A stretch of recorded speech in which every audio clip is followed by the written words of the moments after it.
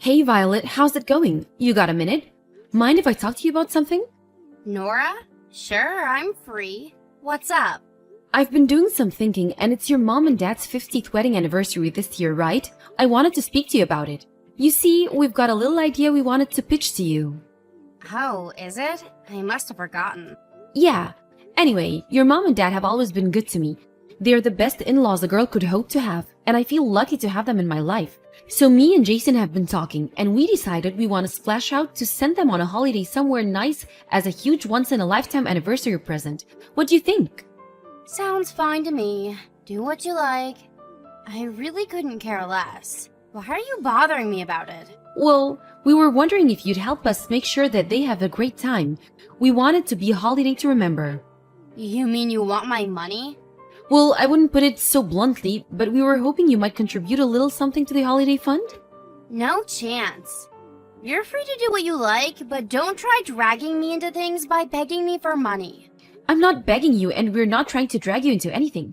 We just thought it'd be a nice idea if we could celebrate this together as a family. You're their daughter, after all. Besides, I heard they paid for the deposit on yours and my brother's house. What better way to thank them for being such amazing parents than to send them on a trip of a lifetime for their golden wedding anniversary? The deposit? Phew, it was only a measly $20,000. They hardly broke the bank. Fine, okay. Would you at least mind riding in a cart for them? If you could, it would be amazing if you could ride them one from little Mikey too. They'd be over the moon to get an anniversary card from their favorite grandson. You know how much they dote on that boy. If that's all you're asking, then I guess I don't mind writing in a card. Mikey can write one himself, though. He's 11, you know. Thanks so much, Violet. But let me make one thing clear. You're not getting a cent of my money unless you pry it from my cold, dead hands. Why would you waste money on something like that? You must be mad. Something like that? This is your mom's and dad's golden wedding anniversary we're talking about here. They've been together for 50 years. They've always been so good to you, and we'll never get the chance to do this again. I couldn't care less. What's so special about him being married for a long time? What, do they want a medal? Geez, Violet, they're your parents. Besides, you're always buying luxuries like branded clothes, accessories, and perfumes, right? Would it really hurt so much to part with a little of that money to jet your amazing parents away for the anniversary trip of a lifetime? We're not asking for much. It'd be nothing in comparison to the designer goods you buy. Who the hell do you think you are? You've got some nerve to speak to me like that. If you were trying to piss me off, you've succeeded. Remember when your dad got hospitalized after his car accident? Not only did you not contribute when we all chipped in to pay his medical bills, but you didn't even visit him. In the end, besides your mom, me and Jason were the only ones who were there for him, physically, emotionally, and financially, while you barely lifted a finger. What's the problem with that? Jason's the eldest son. It's the eldest son's job to step in when his parents are in trouble. What did you expect me to do? Give me a break. But you literally did nothing. That's not normal. You couldn't even bring yourself to visit your seriously injured dad in the hospital? No matter which way you spin it, what you did was messed up.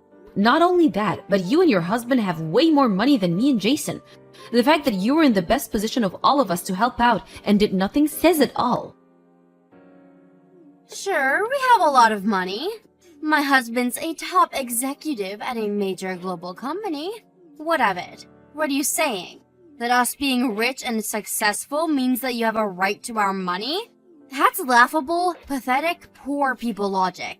We are not a charity. Wow, I see. Fine. You know what? Forget it.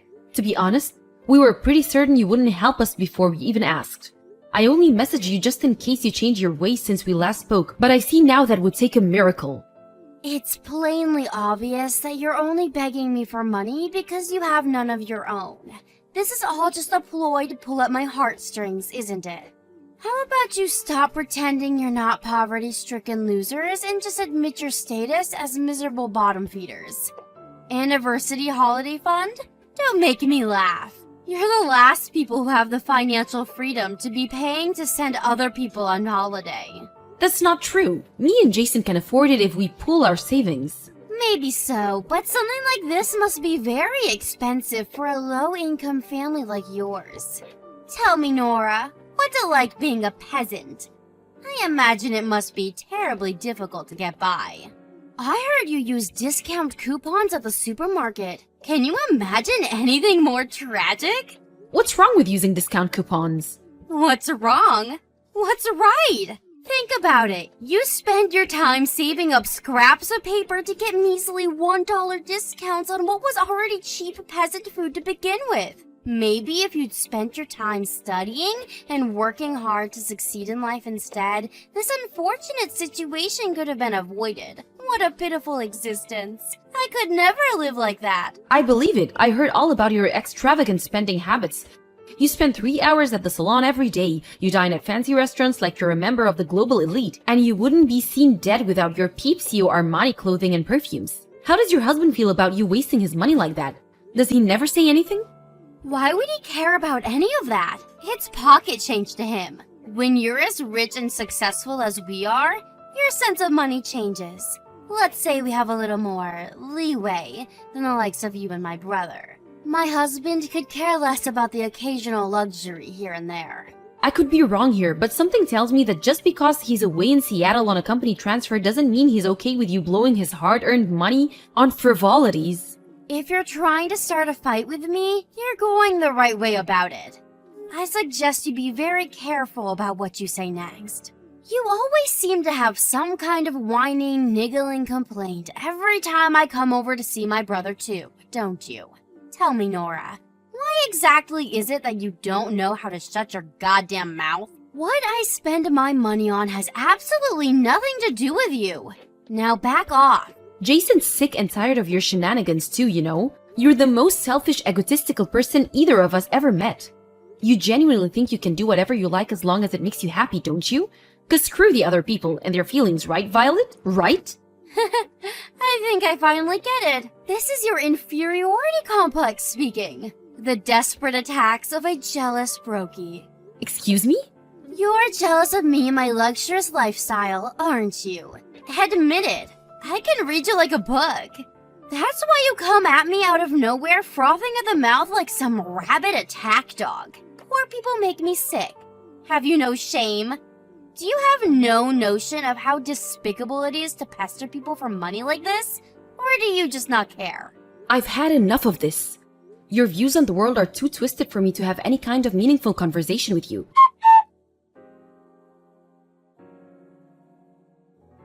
Sorry to message you so late like this, but I just happened to bump into Mikey. He's still in elementary school, right? Yes? Why? What do you want? I just saw him outside alone walking the dog. It's really late. Should he be out on his own this time? Don't you think it's dangerous? He's used to walking the dog. There's nothing to worry about. And sure, he may be in elementary school, but he's in the 6th grade, and it won't be long before he moves up to junior high. But it's past 10 p.m. I get that it's not a bad neighborhood, but you still sometimes see the occasional creep. Do you think it's a good idea for him to be out alone at night? It'd be dangerous even for a junior high or high school kid at this time. Creeps? Don't be ridiculous. You can be such a drama queen. Besides, even if something did happen, the dog would protect him. Seriously? Your 12-year-old chihuahua is going to leap into action and defend your son from some marauding weirdo? I'm telling you, it's fine. You worry too much. Kids these days are so independent, they stay out much later than they did when I was a little girl. I can assure you, you don't need to concern yourself with my son's dog walking routine. Is this why you're so poor? Because you spend your time poking your nose into other people's affairs instead of making money? Forget my financial situation. Look, couldn't you have him go out earlier, like in the daytime? Why do I have to control every aspect of my boy's life? It's his own fault for not going out earlier. I'm not his prison guard. If he must go out at this time, at the very least, couldn't you have gone with him? I'm busy. Anyway, it has nothing to do with me. My son's in charge of all things dog-related. He's the one who said he wanted a dog, so it's only right that he takes care of it. The pooch is Mikey's responsibility. Please, Violet.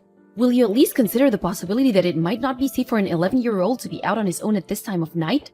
If you're not willing to stop him doing it, will you at least let me go with him? It's not just girls that get targeted by creeps, you know. You hear about this kind of stuff in the news all the time. Do what you like. Phew, okay, thanks. I will. I'll let Mikey know he's gonna have some company. Good grief, you're so soft on that boy. I wonder if it's because you have no kids of your own. I suppose it only makes sense that you'd know nothing about raising children. But I do at least wish you wouldn't pester me with trivialities like this. Your son's safety is triviality? Lord, give me strength. Anyway, even if I don't have kids, I know full well how dangerous it can be for a child to be out walking on their own late at night.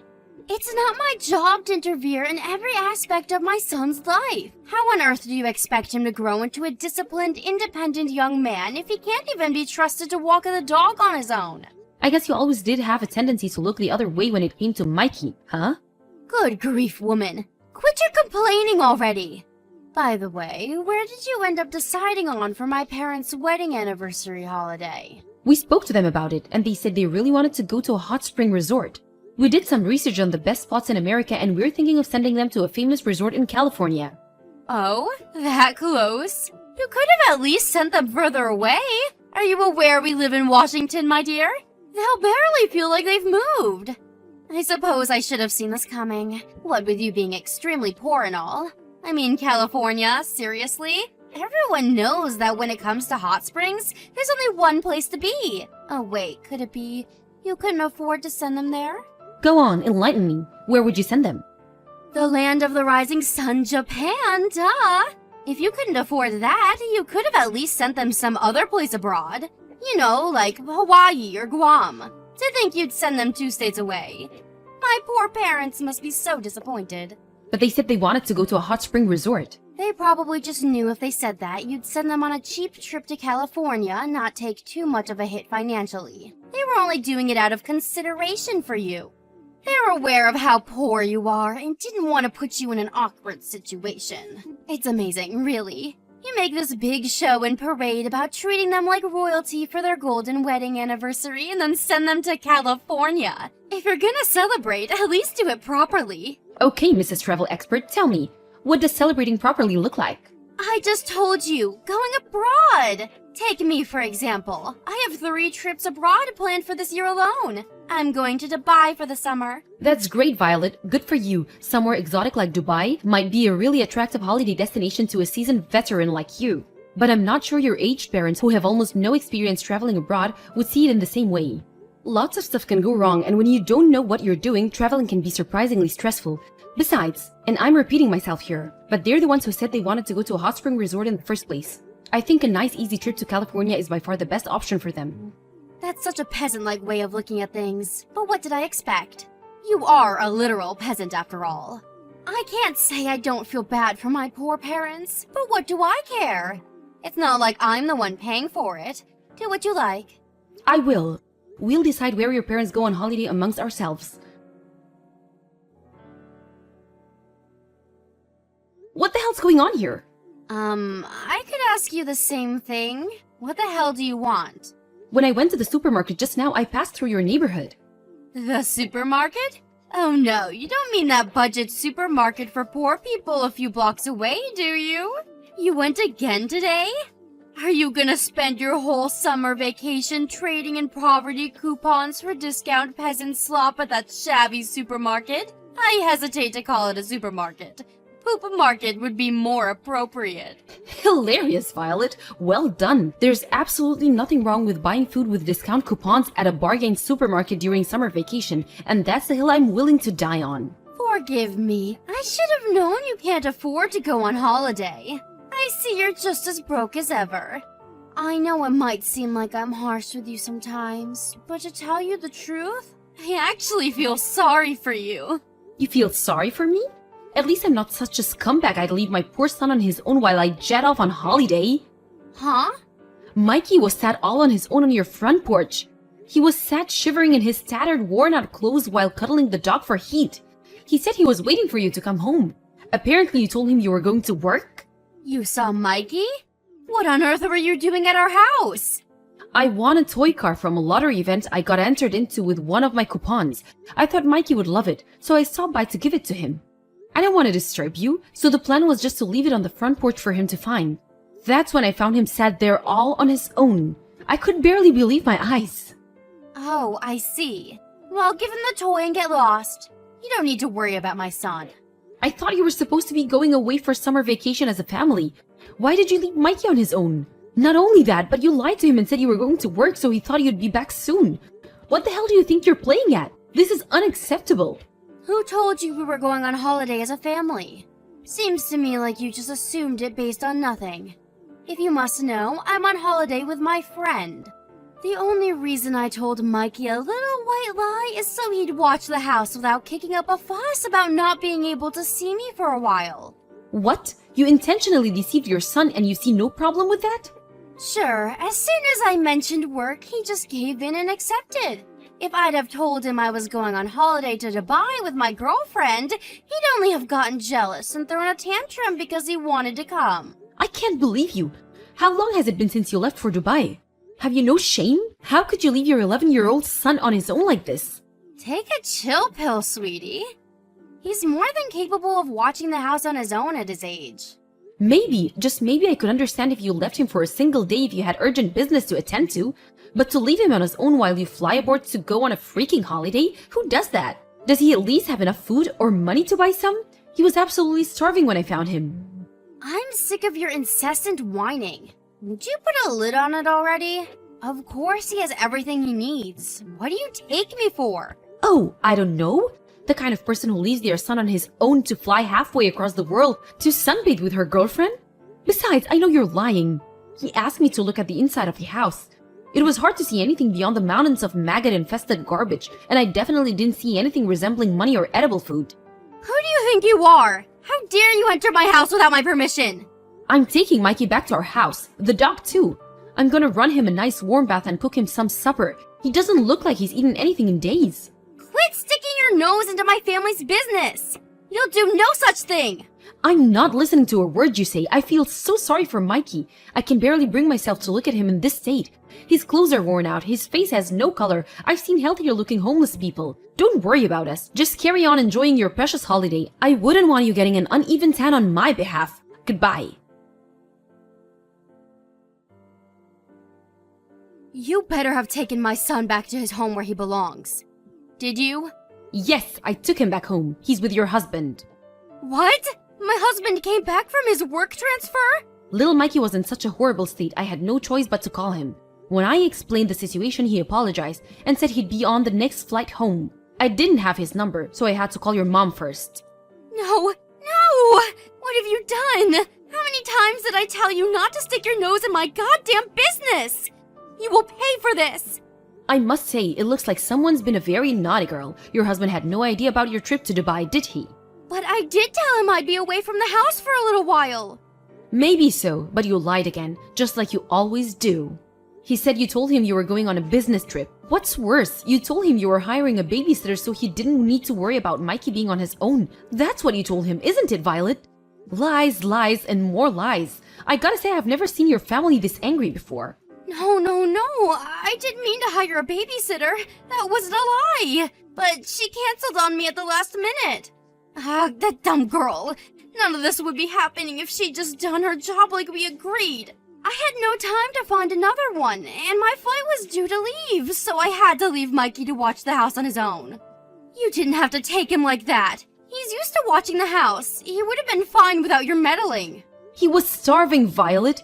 He said all he had left to eat was some candy that he was rationing because he had no idea when you'd be back. Him shivering on the porch cuddled up to the dog like that was the most heartbreaking thing I've ever seen.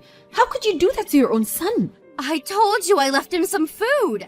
He probably just ate it all on the first day. That's hardly my fault. Really? I wonder if it might have had something to do with you lying that you were going to work.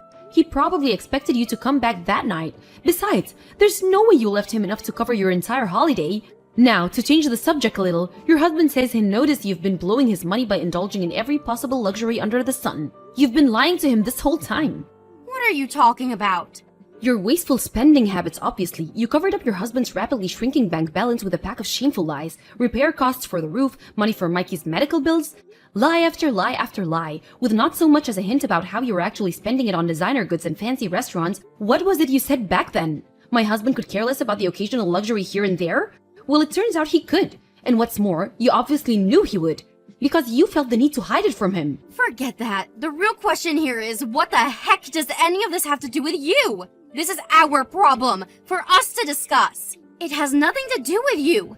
Just who the hell do you think you are? Quit sticking your nose where it's not welcome. That's not everything you lied about either. I know all about the dog too. Apparently you were the one who wanted a chihuahua. But you got bored of looking after it a few months after you bought it, so you stopped caring for it altogether, leaving Mikey, who thankfully, unlike you, is a decent human being with a heart, to care for it all on his own. How does it feel knowing your 11-year-old son has more sense of responsibility than you? I get it. My brother Jason's probably mad at me, isn't he? I bet this is all coming from him. Admit it, you're just his mouthpiece. Here's what I'm going to do. I'm going to come over and see him as soon as I get back from Dubai, and I'll hear out everything he has to say. Can you please tell him to put a lid on this endless whining for the time being? Jason's far from being the only one who's mad with you. I'm acting your husband's mouthpiece here too. My husband? Mad doesn't do it justice. This goes beyond mere anger. He's absolutely livid. I've never seen him like this. And who can blame him? You've behaved despicably, forced to jump on the next flight home on a moment's notice from his work transfer out of state after finding out his pathological liar of a wife abandoned his son to jet off to Dubai, probably causing all sorts of problems for his company. And if that wasn't bad enough, he then realizes she's been spending his money like it grows on trees behind his back for God knows how long. Is he really that angry? He's so infuriated he looks ready to explode at any moment. He's even saying divorce is on the table. What? Divorce? Isn't that a bit drastic? Why would he go straight to divorce? Surely we can talk this through. I don't know. Jeez, whatever could it be? Maybe it has been something to do with him messaging you every day to ask how Mikey was doing, and you telling him barefaced lies by pretending you were actually with him, and that he was absolutely fine? I don't know, Violet. Do you think it could be that? Maybe? Just maybe? You obviously knew what you were doing was wrong. Otherwise, you wouldn't have lied about it. Wrong! Mikey really was fine! If you think the disheveled, malnourished mess I found shivering in the cold on your front porch was anything resembling fine, I suggest you go and get your eyes checked out right now. Actually, scratch that. You need to see a shrink. 'Cause you've got a screw loose. Your husband's talking about divorcing you and taking you to the court over custody of Mikey, and if we're honest, after what you did, he'll almost definitely win. I think you should start preparing yourself for your inevitable ejection from the premises when you get home. What? He's gonna kick me out of the house now? Isn't this all too much too soon? What happened to reasonable discussion? It went out the window the moment you decided to abandon your 11-year-old son to go on holiday. Let's hope he lets you gather your belongings when you get back. Maybe if he's feeling extra kind, he'll let you camp out in the yard. Look, fine. I admit it. It could be argued that I told my husband a few too many lies. But even still, don't you think going straight from zero to divorce is a bit drastic? Is he okay with me being homeless? Are you? Could you really sleep at night with me out on the streets? Yes, we're all in agreement. It wouldn't bother us in the slightest. And sure, we'd sleep like babies, thanks. No one here wants to help you. You don't have a single sympathizer in this family. We'd sooner throw our money into a black hole than waste it on a selfish, arrogant narcissist like you.